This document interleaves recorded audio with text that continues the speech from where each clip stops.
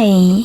In front of me is Nokia X10, and today I would like to show you how you can manage vibration options on this Nokia smartphone.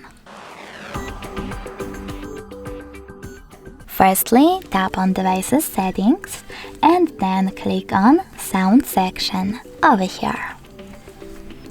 Following that, scroll down and click on Vibrate Vocals.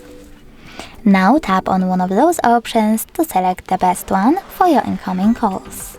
Never vibrate, always vibrate, or vibrate first, then ring gradually. I will go with the last option, so I have to tap on it, and then select the back button. Now you can also click on Shortcut to prevent ringing, and tap on Vibrate over here in order to set it up. Then go back and scroll all the way down.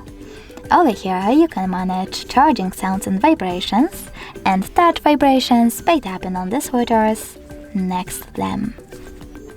Thanks so much for watching. If you enjoyed this video, smash that like button, comment and subscribe. Bye!